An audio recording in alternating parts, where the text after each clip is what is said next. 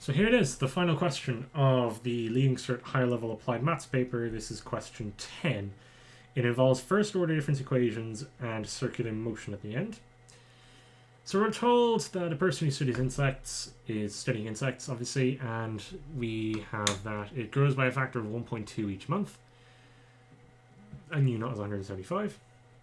We're also told that 30 grasshoppers get removed. So U1 is, well, it's going to increase by 1.2, so 1.2 by U naught, but they're also going to take out 30. So 180.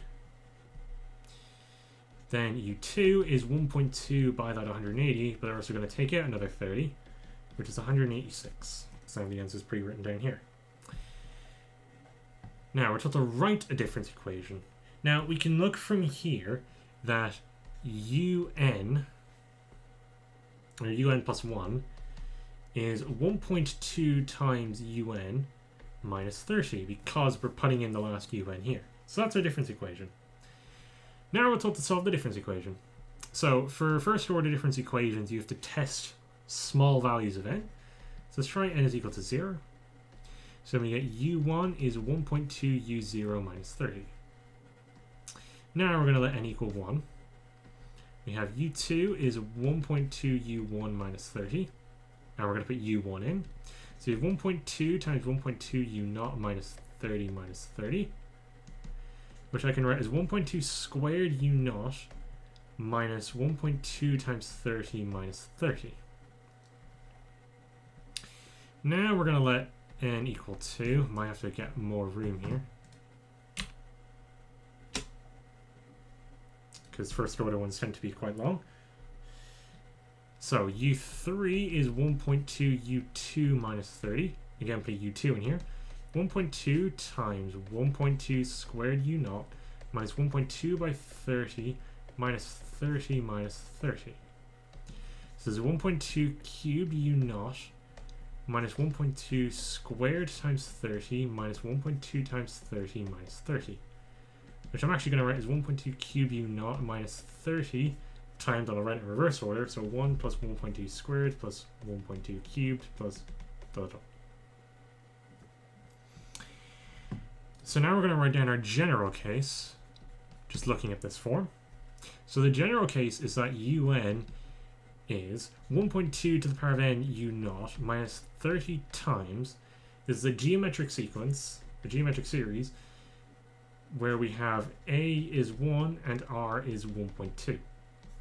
Now one key thing about this is that if r is greater than 1, then we actually have to rewrite our sum of a geometric series. So 1.2n u0 minus 30 times. Now if r is less than 1, it's a times 1 minus r to the n over 1 minus r.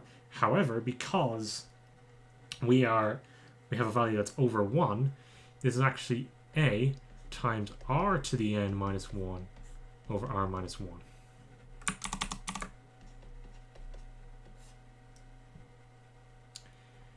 So I'm going to put in, I'm going to simplify this actually, because if we do 1.2 minus 1, we just get 0.2.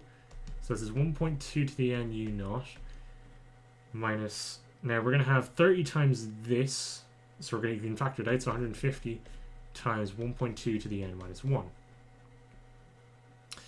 Now we can put in u0, so u0 is 175.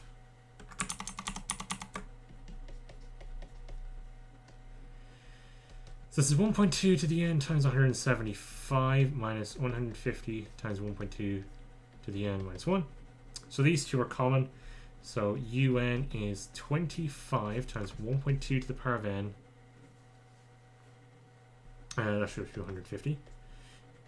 Plus 150. And that is our solved difference equation. Calculate u12. So u12 is 25 times 1.2 to the 12 plus 150, which after me calculating is, so the nearest whole number is 373. Okay, last bit, two last bits, three actually. So a toy car is going around a vertical loop with the initial speed of root kg, or you know it's friction, and I have to show the diagram with the forces on the car. Now it's saying theta with the upward vertical. So this angle I'm just going to call alpha, where we're going to say alpha plus theta is 180, because they're essentially changing at the same rate as each other, so that means they'll have a constant value if they're summed. So if we have the car here, I'm going to do them just in terms of alpha. So we have the mass of the car, we have the reaction force acting inwards, which is the centripetal force. This is alpha in here as well. And to be mg cos alpha, mg sine alpha. And it's just radius 4. So if the car loses contact with the track, the instant when the radius of the car makes an angle theta, so the cos theta is k minus 2 over 3. Right. So we're going to start with the horizontal circular motion second law. So that's the centripetal force. So that's r minus mg cos alpha is mv squared over r. Now we're going to have to get it in terms of mv squared. So rr minus mgr cos alpha is mv squared. Now when it disconnects, we have r is equal to 0. So minus mgr cos alpha is mv squared. And that's going to be 1. Next, we have the principle of conservation of mechanical energy. So we have mg times 0 plus a half m by, well, it's just going to be kgr because we do square root squared, it's going to be kgr. So half mu squared equals mg by, now the height that's going to be at in terms of alpha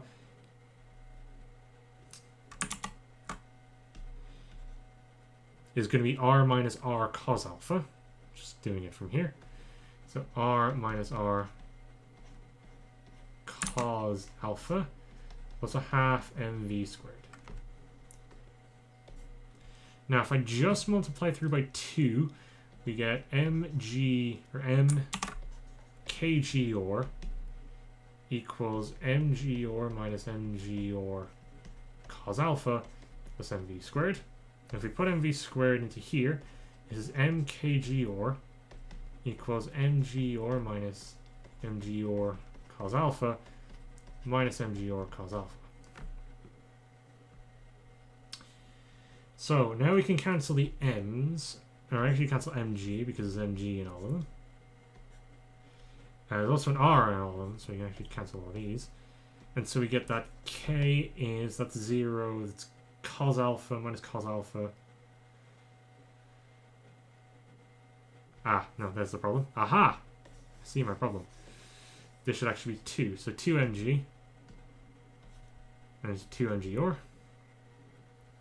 So now we can cancel the m and the grs. mgr, mgr. Now that will become minus mgr cos alpha.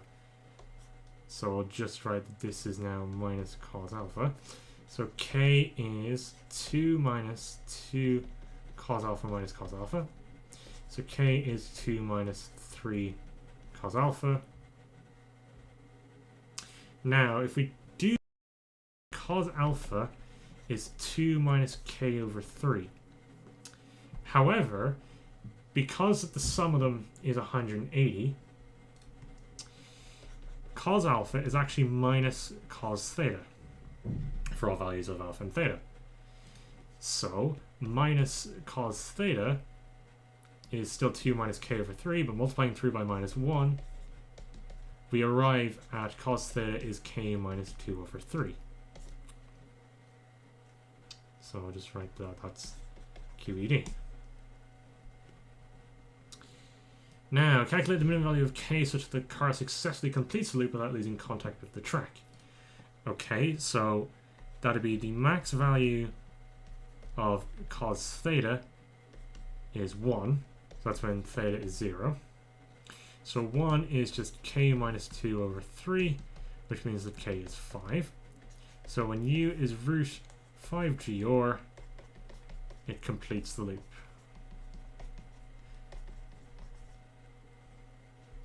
And that is the answer to question 10 of the higher level applied maths paper. Oh, I should actually write meters per second.